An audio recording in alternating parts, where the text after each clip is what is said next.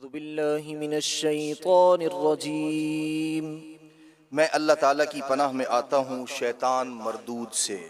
بسم اللہ الرحمن الرحیم اللہ کے نام سے شروع جو نہایت مہربان رحم والا۔ یسألہ من فی السماوات والارض کل یوم هو فی شأن۔ آسان ترجمہ قرآن کنز العرفان۔ آسمانوں اور زمین میں جتنے ہیں سب اسی کے سوالی ہیں، وہ ہر دن کسی کام میں ہے۔ تفسیر تعلیم القرآن۔ ارشاد فرمایا کہ آسمانوں میں رہنے والے فرشتے ہوں یا زمین پر بسنے والی کوئی مخلوق، الغرض کوئی بھی اللہ تعالیٰ سے بے نیاز نہیں بلکہ سب اس کے فضل کے محتاج ہیں۔ اس میں اللہ تعالیٰ کی قدرت کے کمال کی طرف اشارہ ہے کہ ہر مخلوق عاجز ہے اور اللہ تعالیٰ کی محتاج ہے۔ مزید فرمایا وہ ہر دن کسی کام میں ہے۔ شان نزول۔ کہا گیا ہے کہ یہ آیت ان یہودیوں کے رد میں نازل ہوئی جو کہتے تھے کہ اللہ تعالیٰ ہفتے کے دن کوئی کام نہیں کرتا، چنانچہ اس آیت میں ان کے قول کا باطل ہونا ظاہر فرمایا گیا۔ اس آیت کا معنی یہ ہے کہ اللہ تعالیٰ ہر وقت اپنی قدرت کے آثار ظاہر فرماتا ہے۔ کسی کو روزی دیتا ہے، کسی کو مارتا اور کسی کو زندہ کرتا ہے، کسی کو عزت اور کسی کو ذلت میں مبتلا کر دیتا ہے، کسی کو مالدار اور کسی کو محتاج کرتا ہے۔ اہم بات، اللہ تعالیٰ کے لیے مصروف اور مشغول کا لفظ استعمال نہیں کر سکتے کیونکہ اللہ تعالیٰ ان اوصاف سے پاک ہے۔ فَبِأَيِّ آلَاءِ رَبِّكُمَا تُكَذِّبَانِ۔ تو تم دونوں اپنے رب کی کون کون سی نعمتوں کو جھٹلاؤ گے؟ تفسیر تعلیم القرآن۔ فرمایا کہ اے جن و انسان کے گروہ، اللہ تعالیٰ کے جو احسانات بیان ہوئے ان کا مشاہدہ کرنے کے باوجود تم دونوں اپنے رب عز و جل کی کون کون سی نعمتوں کو بھلاؤ گے، جھٹلاؤ گے۔ سَنَفْرُغُ لَكُمْ أَيُّهَا الثَّقَلَانِ۔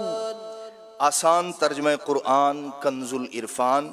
اے جنوں اور انسانوں کے گروہ، ابھی ہم تمہارے حساب کا قصد فرمائیں گے۔ تفسیر تعلیم القرآن۔ ارشاد فرمایا کہ اے جن اور انسانوں کے گروہ، ان قریب ہم تم سے حساب لینے اور تمہیں تمہارے اعمال کی جزا دینے کا قصد فرمائیں گے۔ اہم باتیں۔ ثقل بوجھ کو کہتے ہیں۔ زمین پر موجود دیگر مخلوق کے مقابلے میں صرف جنوں اور انسانوں کو شرعی احکام کا مکلف بنایا گیا۔ ان کی اس عظمت کی وجہ سے انہیں ثقلان فرمایا گیا۔ انہیں ثقلان اس لیے فرمایا گیا کہ یہ گناہوں کی وجہ سے بھاری ہیں۔ نمبر 2، اللہ تعالیٰ کے لیے فارغ کا لفظ استعمال نہیں کر سکتے کیونکہ اللہ تعالیٰ مصروفیت اور فراغت کے وصف سے پاک ہے۔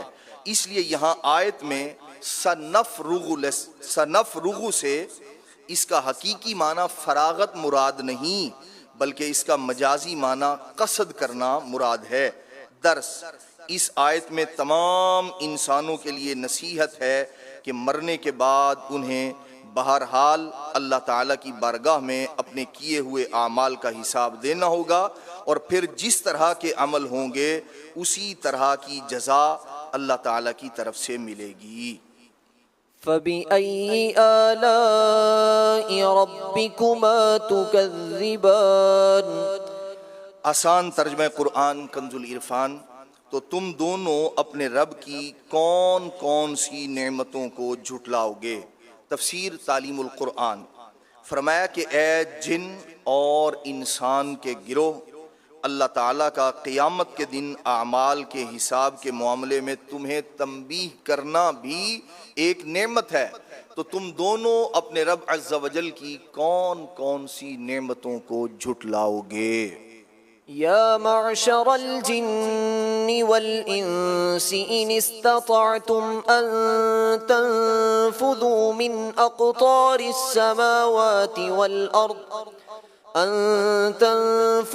من أقطار السماوات والأرض فانفذوا لا تنفذون إلا بسلطان۔ آسان ترجمہ قرآن کنز العرفان۔ اے جنوں اور انسانوں کے گروہ، اگر تم سے ہو سکے کہ آسمانوں اور زمین کے کناروں سے نکل جاؤ تو نکل جاؤ، تم جہاں نکل کر جاؤ گے وہاں اسی کی سلطنت ہے۔ تفسیر تعلیم القرآن۔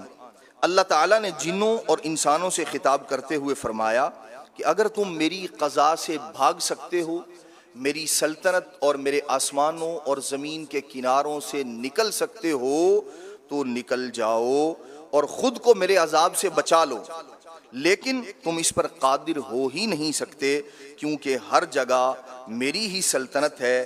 یہ حکم ان کا عجز ظاہر فرمانے کے لیے ہے۔ فَبِأَيِّ آلَاءِ رَبِّكُمَا تُكَذِّبَانِ۔ آسان ترجمہ قرآن کنز العرفان۔ تو تم دونوں اپنے رب کی کون کون سی نعمتوں کو جھٹلاؤ گے۔ تفسیر تعلیم القرآن۔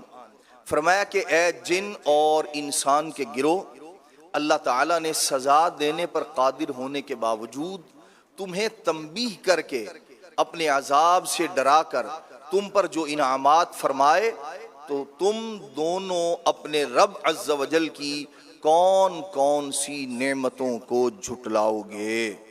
آمنت باللہ صدق اللہ العظیم۔